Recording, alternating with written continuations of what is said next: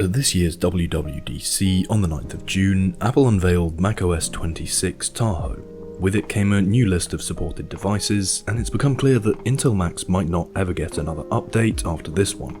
So today I want to talk about which devices will and won't run macOS 26, and how long Intel Macs are going to be able to hold on for.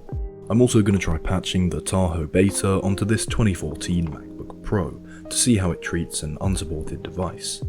I'll also explain what I think of the new update at the end of the video for anyone interested. Here's the list of officially supported devices on macOS 26 Tahoe. It looks like Apple have dropped some seriously powerful Macs from the lineup this year. After 8 years of support, the iMac Pro has finally been let go. With up to 18 CPU cores and 256 gigs of DDR4 memory, it is odd not to have it on the latest version anymore, but I can't say I'm surprised.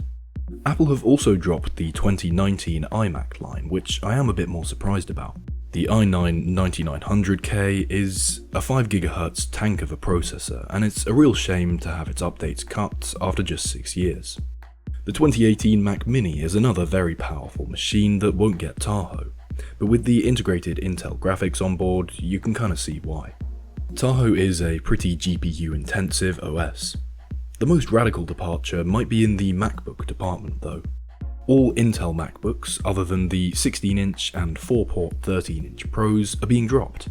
Every Intel MacBook Air is gone from the list, meaning the oldest Air supported is now the M1 MacBook Air. As for the devices which haven't been dropped, I think it's very unlikely any Intel Macs on this list are going to get support next year. That means the cutoff could be macOS Tahoe. Apple tend to support their OS versions with security patches for 2 to 3 years after their initial release, so the very last security patch for any Intel-based Mac might well come in 2028. After that, who knows? It feels crazy saying this, but that could just be the end of the line. Anyway, macOS 26 Tahoe features a very different liquid glass UI, hugely upgraded Spotlight search, and much more. The beta is out now, with a lot of people trying it on their Apple Silicon Macs, but let's try patching it onto this 2014 MacBook Pro. I've downloaded the beta and I'm going to use the OpenCore Legacy Patcher tool to make a bootable USB to patch the OS onto this Mac with.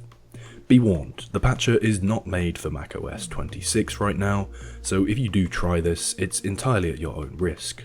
I don't expect a stable OS, but let's see what happens. So I've created the bootable USB now using the macOS 26 beta download. The patcher took quite a while to verify the macOS version, but it did work in the end. I just patched the Mac like anyone wanting to run macOS Sequoia would, and then I went to install from the USB stick. It loaded for a while, but eventually gave me the prohibited sign. Long story short, I ended up getting it to install by spoofing the model number of this MacBook on OpenCore. For all intents and purposes, this Mac now thinks it's a 2017 MacBook Pro with a touch bar.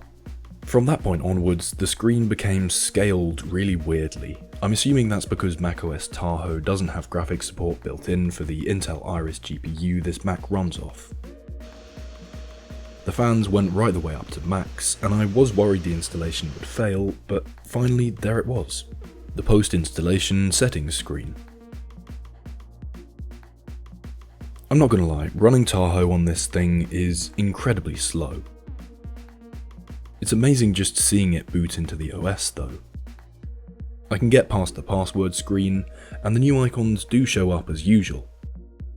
The redesigned Finder is just about usable, but as you can see, the icons are very slow to load.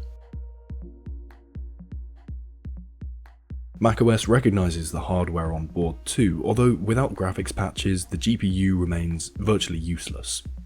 So that's kind of the problem right now. macOS Tahoe doesn't have graphics support built in for older GPUs like this one. As a result, none of the animations or graphics really load. That's why there's no wallpaper. The OpenCore Legacy Patcher is normally able to fix that, as it's got post-install patches you can install pretty easily. Right now, it's not been updated to support macOS 26 though, like I said. So that's good news and bad news really. The good news is macOS is absolutely bootable on older Macs like this. I've seen a couple of people patch Macs like the 2015 MacBook Air and the 2013 Mac Pro, so I just thought I'd take a chance super early and give it a go on this machine. The installation process hasn't changed that much from macOS Sequoia, and as you can see, the keyboard, trackpad, and a lot of macOS features work just fine. This is a good sign that OpenCore Legacy Patcher might be able to support macOS Tahoe pretty usably in the near future, and our older Intel Macs can get another look into the latest update, with the right graphics patches. The bad news is there's no graphics support for these older Macs in Tahoe right now. I can launch the OpenCore app and it'll just tell me to repatch the machine. As you can see, that stops me being able to boot into macOS 26 altogether. Really though, it's early days still. The talented team behind OpenCore have done an incredible amount for unsupported Macs over the years.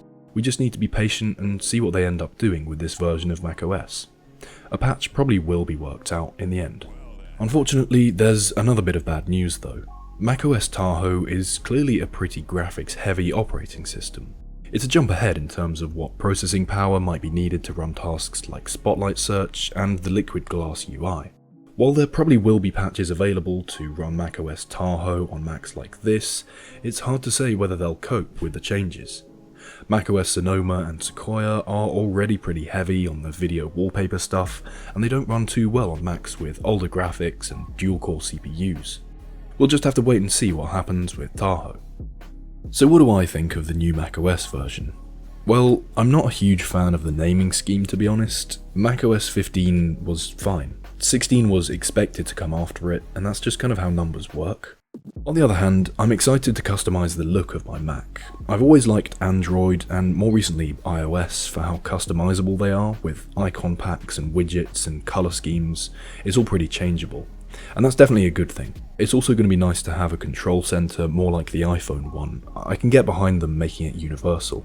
Liquid Glass is cool too, and the half-transparent effects are novel to say the least. I have to say though, when bold changes like this are made these days in big tech, I can't help but think it's an effort to look like innovation in order to please sales figures and shareholders. Did anyone say macOS was lacking a liquid glassy look before this? Probably not. Was the Launchpad a solid feature worth keeping? I think so. It feels a bit unnecessary for Apple to release an OS with such high system requirements when a lot of old hardware from the last 15 years is absolutely still usable. I mean, look at the 2015 MacBook Pro and even the old 2010 to 12 Mac Pro 5.1.